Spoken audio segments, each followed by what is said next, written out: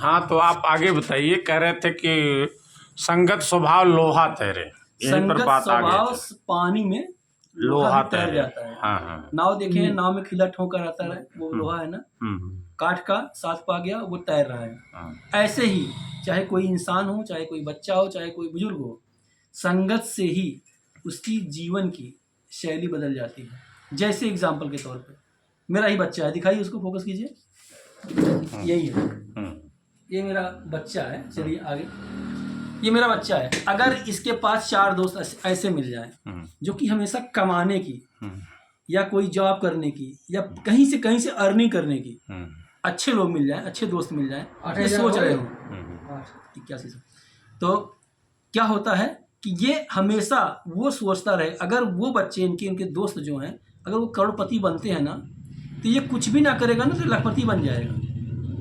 अगर कहीं यही दोस्त, संगत की बात कर रहा हूँ, चाट मिल गए सुट्टा मारने वाले या कोई पौआ लेने वाला, उन्हीं के साथ इनको बैठना पड़ रहा है, समय व्यतीत करना पड़ रहा है, तो कितना दिन बचेंगे? आज नहीं तो कल क्या, एक पैक ले यार, कुछ नहीं होता, पता नहीं चलेगा, घर नहीं पता चलेगा, तुम जाओ 2 घंटे बाद जाना, ये करना वो करना, तो ये भाग जाते हैं। यही होता है संगत का मेन रहस्य। अगर संगत ही अच्छी रहेगी ना, तो आदमी पता नहीं कहाँ से कहाँ पहुँच जाता है। संगत से ही, यही बुजुर्ग लोग कहे ना, संगत स्वभाव लौह पानी में तैरे, यही इसकी कहावत है। आगे पूछिए सर। नहीं, जो किशोरावस्था है वो 13 से 19 वर्ष है। बाल्यावस्था, किशोरावस्था, प्रौढ़ावस्था, 3 हाँ, अवस्था होती है। हाँ। अब इसमें वृद्धावस्था कहाँ गई? अरे रुकिए, तो जहाँ तक मुझे जानकारी, वृद्धावस्था में हम लोग नहीं पहुंचे। इस अवस्था में हम लोग कह रहे हैं कि कैसे ग्रो किया जाता है, कैसे माइनस पॉइंट पे आ जाता है। तो बाल्यावस्था में तो मान लीजिए ये 0 से लेके 7 साल 8 साल की नियर अबाउट होगा, मुझे नहीं पता, आप टीचर हैं, आपको पता होगा, मैं इतना डीप में नहीं जानकारी रखा हूँ। बाकी किशोरावस्था जो कि 13 साल से लेके 19 साल के बीच की होती है, ये लगभग मुझे पता है।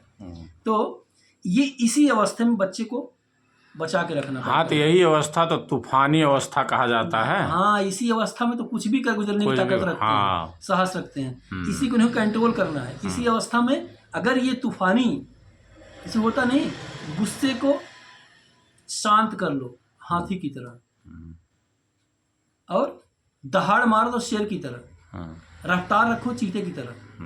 अगर ये किशोरावस्था में ही आ गया, अपनी उस जुनून को ये सार्थक में दौड़ाना शुरू किए ना, तो किशोरावस्था के बाद निकलते निकलते इनकी टक्कर का कोई रह नहीं पाएगा। बस इसी अवस्था की अगर बिल्डअप कर गए, तो अगर इसी अवस्था में थोड़ा सा आउटलुक मिला तो कहानी खत्म।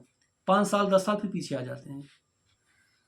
तो आप ये कहना चाह रहे हैं जी कि बच्चे को काबू करके रखें? ना ना ना, बच्चों को अब ये बड़े हो गए हैं, जब बाप का चप्पल या जूता बेटों को हो जाता है तो मारना पीटना तो प्यार दुलार में होता है, बाकी वो असर नहीं करता। भाई जो पर्सनालिटी आपकी लगभग वैसी भी उसकी भी होगी, कितना मारेंगे? जितना आपके पास जोर होगा उतना वो उसके पास हो चुका है, वो सह लेगा, तो वहाँ मारने का मतलब कुछ नहीं होता। वैसे भी कहा जाता है कि जब पिता का जूता बेटे के पाँव में आए तो मित्र जैसा व्यवहार करना चाहिए। वही मैं करने की कोशिश करता हूँ। जहाँ देखिए, जब मारने की बात कर रहा था, मुंह उधर करके हंस रहा था, जब दिखाइए, कैमरा दिखाइए, आप देखिए शांत हो गया, शर्मा जाता है। शर्मा नहीं जाता, वो क्या बताएं, ठीक ठाक है, मेहनत करता है, और मैं चाहता हूँ कि वो मेहनत करे कि दुनिया देखे, इतनी शांति से मेहनत करना कि दुनिया देखे। यही सोच सारे बाप की होती है। वैसे भी दुनिया कहती है कि बाप नहीं मेरे पाप तो इसमें हम क्या कर सकते हैं? आज का जो समाज है, जो उजट टाइप के बच्चे होते हैं, वो कहते हैं बाप नहीं मेरा पाप है। मैं पाप नहीं बनना चाहता, बाप ही बनना चाहता हूँ, बाकी और कुछ नहीं है। और बताइए सर। चलिए, धन्यवाद। धन्यवाद नहीं, कैमरा दीजिए। अब आप बताइए, आप कहाँ से लौटे हैं? बहुत क्लास ले रहे हैं मेरी, कहाँ से लौटे हैं? नहीं, क्लास तो मैं इसलिए लिया कि भाई आप अपने पुत्र को जो है डांट रहे थे, उस चीज़ पे मैं पूछा, कह रहे थे कि हर चीज़ याद करिए, तो बेचारा हर चीज़ कहाँ से याद करेगा?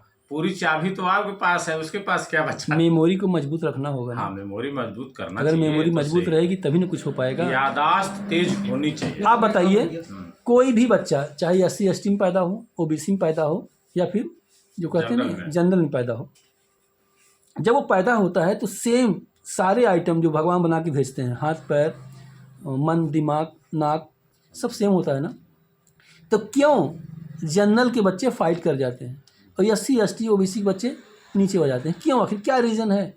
उसका सबसे बड़ा रीजन संगत, परिवेश, सिर्फ संगत, सिर्फ संगत और संगत, परिवेश दोनों होता है। बिल्कुल। संगत और अनुशासन, परिवेश। अनुशासन और संगत, हाँ। वो हमेशा उच्च शिक्षा देने की कोशिश करते हैं, वो लेने की भी कोशिश करते हैं। और ये थोड़ा सा बड़े हुए गुल्ली डंडा, गोली खेलना, ये करना वो करना, पूरी लाइफ बर्बाद कर देते हैं और लास्ट में पीछे पीछे टहलना पड़ता है। बिल्कुल बिल्कुल। तो भाई बच्चों में अनुशासन जरूरी होना चाहिए। अनुशासन के साथ साथ परिवार के जो मुखिया होते हैं, चाहे माता हो चाहे पिता, उतना ही लाड प्यार करें जितने से बच्चा स्थिर रहे, अपने कंट्रोल में रहे। उसके ऊपर माँ तो हमेशा ममता के छाव में ही पालेगी बच्चे की। कठोर छाया तो पिता ही दे सकता है, जो बनाने का, जो समाज में ले चलने का है, दौड़ में शामिल करने का, वो पिता ही करता है। एक मैं जवाब दूं आपको। बिल्कुल। माँ सिर्फ 9 महीने कोख में रखती है और 9 महीने कोख में रखने के बाद पूरी जिंदगी कहती है मैंने तुमको पाल पोस के बड़ा किया है। वो बाप 9 महीने कोख में नहीं रखता, लेकिन लगातार जब तक वो जिंदा रहता है तब तक उसके परिवेश में उसको अच्छा बनाने के लिए प्रयास करता रहता है और बैल की तरह मेहनत करता रहता है। क्यों? बाप की कोई संज्ञा कोई नहीं देता भाई। नहीं, पिता को तो मिलता है। कहाँ मिलता है? नहीं, हर जगह। अभी आपने कहा तो माँ तो सिर्फ ममता दिखाएगी। माँ जो है वो अपने ममता के छाव में पालती है, ये मैंने कहा। अच्छा। वो चाहती है कि मेरे बच्चे को धूप ना लगे, पसीना ना हो, कष्ट ना झेलना पड़े। और पिता चाहता है कि परिवेश में ढालने के लिए उसको पसीना भी लाएगा, कष्ट भी देगा, बिना चप्पल के भी दौड़ाएगा, जूता भी पहनाएगा, बिना कपड़े के भी दौड़ाएगा और कपड़ा भी पहनाएगा। पिता, आपको पता है, मैं आपकी बातों को रोकना चाहता हूँ, आपको पता है जिस पत्थर को छीनी हथौड़ी की मार से डर लगता है ना, वो कभी मूर्त नहीं बन पाता। ये तो सही है। अब मान गए आप? ये चीज मान। चलिए आज की वीडियो यहीं पे समाप्त कीजिए और हम लोग अब लाइव बैठेंगे और घंटा चर्चा चलेगी, पूरी दुनिया देखेगी। चलिए ठीक। वही परिवार के बेस पे। धन्यवाद भाई वीडियो पसंद आए तो तेजी फौजी के चैनल को लाइक शेयर सब्सक्राइब जरूर कीजिएगा। बाकी हम लोगों की ये गपशप के साथ साथ कुछ अच्छी मीठी खट्टी यादें जुड़ी रहती हैं परिवार से लेके, क्योंकि इनका चैनल ही ऐसा है कि सब कुछ कंबाइन करके रखा जाता है ताकि आप लोग इसमें क्या कहते हैं, इंटरटेनमेंट भी कर सकें और कुछ सीख भी सकें। इनको लाइक शेयर जरूर सब्सक्राइब कर लीजिएगा। मिलते हैं नेक्स्ट वीडियो में। Thank you for watching this video.